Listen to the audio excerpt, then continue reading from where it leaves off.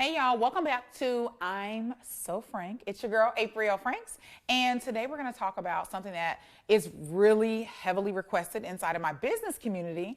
And that is feminine, masculine, all the things dealing with those energies and how we show up and what we allow into our lives. And so I wanna have a conversation with you today about that and share a little bit about my journey in the feminine space. And maybe it will inspire you to just really tap in a little more into your feminine, and for some of you, maybe into some of your masculine energy as well.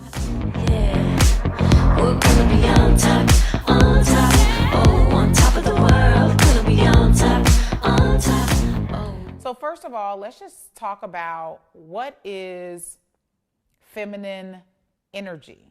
And what is masculine energy? Well, let me first tell you what it's not. It's not about male and female. Everyone has masculine and feminine energy. It's just a matter of the balance between the two and how they kind of tango.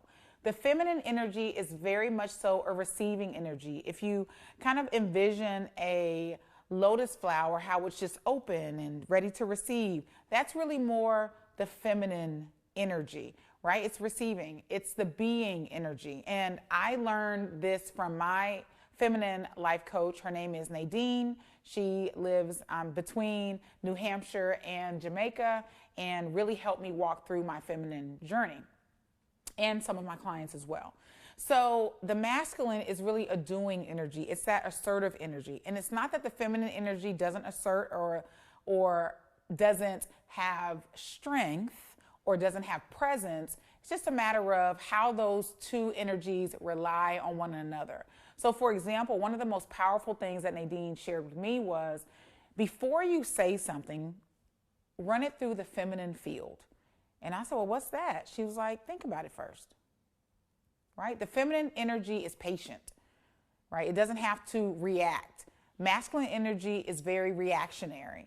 Feminine energy is very responsive. Right? It responds to things. It doesn't react to things. So, for example, you may be quick with your mouth, quick with your tongue. Y'all ladies, you know what I'm talking about when I say that. You know, you can probably slice a man up one side and down the other with your mouth. That's not really operating in the feminine. Anytime you get into that, you're really meeting masculine, probably with masculine energy. So that's what the difference a little bit, that's very loose and light too, by the way. This is a very deep topic, and there are some books and some resources that I'll put also in the description box that you can check out that I have personally enjoyed. So that being said, when you think about the feminine, what I felt for myself was, I felt like I was being aggressive. And I didn't feel like it was natural aggression. I felt like it was conditioned aggression. Do you know what I'm saying? It felt like I gotta be this way, right? Because I gotta protect this. I gotta work hard. I was a single parent, you know, so I felt like I had to be a lot of things. So it didn't feel natural. It just felt comfortable. You understand what I'm saying? Right? It just felt like this just what it was. So I could be masculine and be the grind till you die and hustle hard and, you know, no breathing and live the dream, all of that and using us as a sacrificial lamb, right? Using myself as a sacrificial lamb to this rhetoric, this toxic masculinity that we all have experienced. Let me give you another example. It is, I believe, the impatience in us, right? And so that impatient energy where you just have to, as soon as you're that person, like there's no calmness to you. There's no thinking through. And for myself, I'm 45, and as I'm just kind of going through life in my 20s, I felt very much that, and I felt justified. Now, I felt justified. I grew up in a household that there was a lot of hostility and abuse. That also happened in my external family. I saw it with friends. I saw, you know, you gotta be this way in order to get where you want to go. So I was taught and I witnessed those things like it was normal. But they didn't feel right, right? Have you ever felt like that? Where you are being or experiencing something for yourself, but it just doesn't feel like it's fully aligned with who you actually are. but you do it because it's just what you've been doing. It's a behavior that we pick up, that we believe, and we attach to ourselves like we own it when we really don't own it. And so for me, when I knew that I really wanted to make a change I remember saying to my husband that I was like, I'm tired of being strong. I need to be led. Like, I don't want to make a decision. Have you ever felt like you just was tired of making decisions? And I don't even mean in the business. I mean, even just deciding what's for dinner. Sometimes that's too much. Sometimes you just want someone else to do the things. And so for me, I remember saying to him, I just want to be a woman. And I didn't know how to put it into all the words. I just knew I had those few words for him. And then I remember once I divorced and I was in another relationship, I remember saying the same thing to a different man. And that's when I knew it wasn't about them, it was about me. But what I realized in that moment of asking the second man was that I had given them permission. I had somehow shifted my power to them and made them responsible for my femininity, as if I needed permission to just be myself, right? To just be more patient, to actually listen to myself, to listen to my body, to honor the way that I'm feeling when feelings come up in the healthy place, right? Now, that's not to say, like, sometimes when we're not in a healthy place mentally, then sometimes our feelings that come up, y'all know, sometimes our feelings be bullshit, right? But when you're in a healthy place and you have feelings come up, there's no reason to suppress or repress those feelings.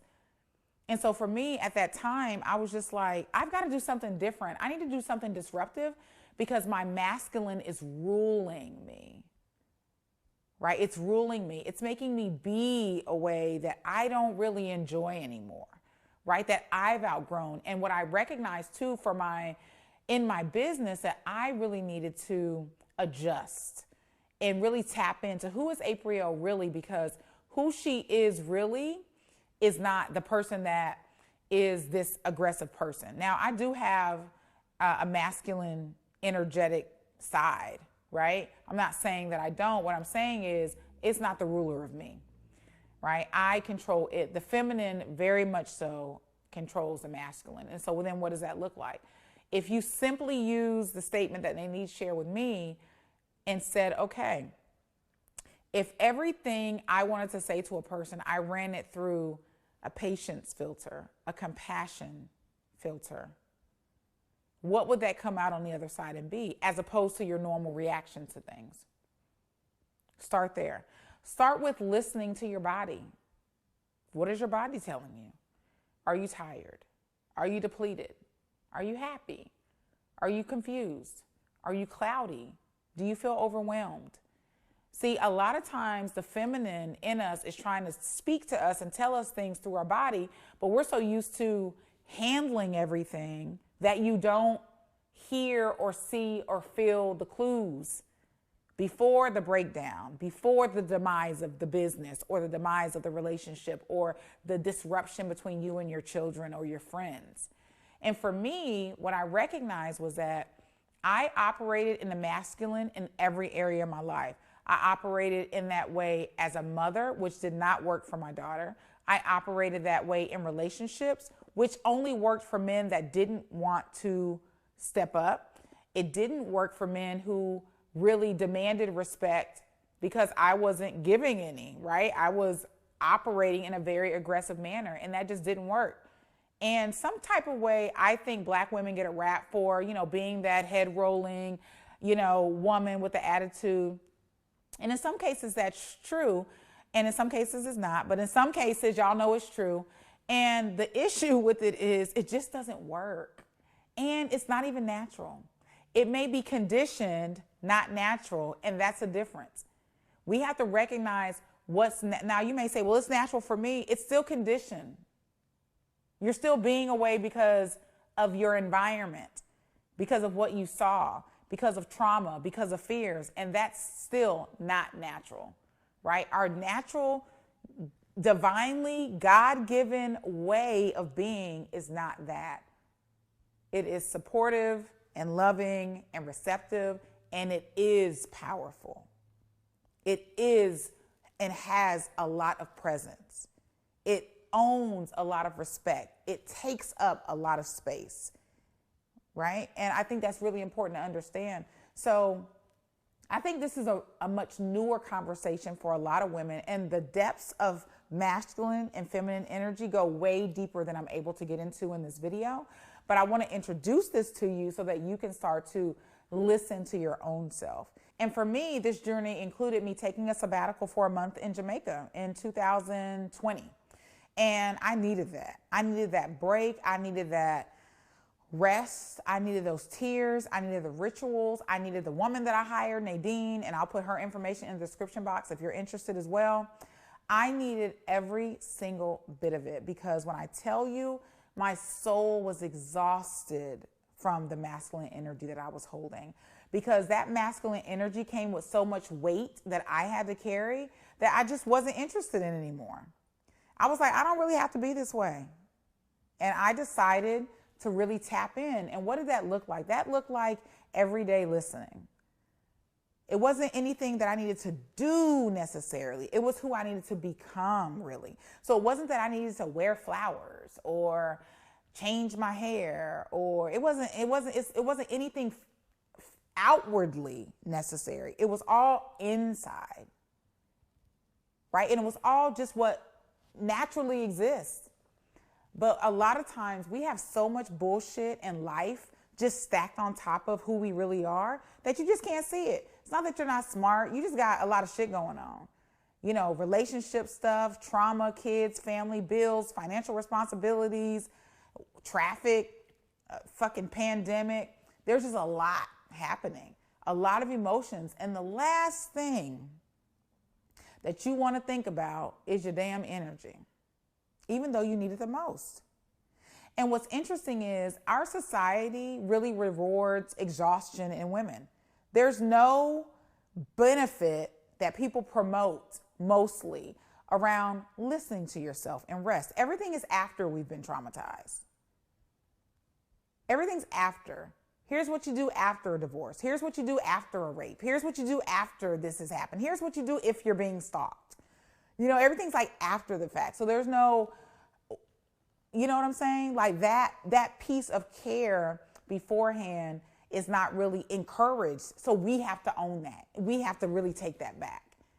And we have to really command, right, that space and that respect. But you first have to honor yourself. So I think our society in whole doesn't care that much, honestly, about women. I think we're objectified in a lot of ways, and that's a whole nother video. But from a masculine, feminine energy perspective, it's your job to really know who you are. And if you're never listening, you can never know. And if you don't know, that means who you're being is not truly who you were called to be. It's really not who you were meant to be. It just means that you're operating in a condition, and that's the version of you that everyone gets to see. And I'm not saying that that's terrible. I'm not saying you're a bad person. I wasn't a bad person. I was a giver. I love being a giver. I'm generous. I love having a good time. I love helping people. Takes nothing away from that. It just didn't, every single piece of it just didn't feel good. And I think life should feel good. That's why we're here. What else is the point? So to be frank, I think you owe it to yourself. I think you owe it to yourself to really explore and ask more questions and get more connected to your vagina. Get more connected to sex. Get more connected to your heart. Get more connected to what you want. Get more connected to how you feel about things, because that's really where the happiness is. That's why I can show up in my business so boldly and say things and experience things and try things and make big leaps. It's because I know who I am. But without the work over years, that would not be the case. That work really built the momentum for me to explore the feminine in a much more deep way. So then I will never ask a man again permission to be who I am, ever in life. It's not necessary. She is solid. I am her. She is me. And you have to be that solid too. You know, you have to be that solid too. So I would implore you, and I took a couple notes, to number one, listen to your body. Your body's speaking to you every single day. Number two, practice just being. Anytime you want to do this, just sit back. Nothing important is going to happen without you. You're necessary for every decision in your life. So nothing is going to miss you because you took 10 more seconds before you responded, before you said something, before you sent the email, before you sent the text. Have you ever sent a text message, or are you the type of woman that sends text messages that you're like, you gasp once you come to your damn senses and you're like, oh God, I really sent that? I said that? How ridiculous does that look? You're almost embarrassed at your own behavior. I know, because I used to be that person. So if you can do those two things, listen and then be. And I'm telling you, that sounds simple as fuck, but just being with yourself and how you feel is hard because we're so conditioned not to. Take action, do this, do that. So conditioned. So being is a new notion that I think we should adopt. So if you're tired of being strong, join the crowd. Being strong, by definition, and I wrote it down, means to withstand great force or pressure. Why do you want to do that? I remember one of my mentors in business, I think it was Brooke with Life Coach School. She said, strong things break. Women bend. We don't break. So things that are soft, they bend. They don't break. They're just pliable, right? Things that are like steel, it breaks. Things break. And when she said that, I was like, that's such a great statement. Like, just be more in the flow. And I think we want to control so much, it becomes challenging to be in the flow, but I'm encouraging you to try it. And I want to know what that journey is looking like for you. So let me know in the comments below about the beginning of your journey. Check out a couple of resources I'm going to share inside the description box of books that I've read, videos that I've watched, things that have helped me in my journey. And also know before I go that it is a journey. This isn't that you're going to flip a switch and suddenly in the morning you're going to be a whole new woman. This is making the decision to love you and to give yourself what you need and the world a better version of you every single day. My name is Aprille Franks, and this has been this episode of I'm So Frank. I'll see you in the next one. On top of the world.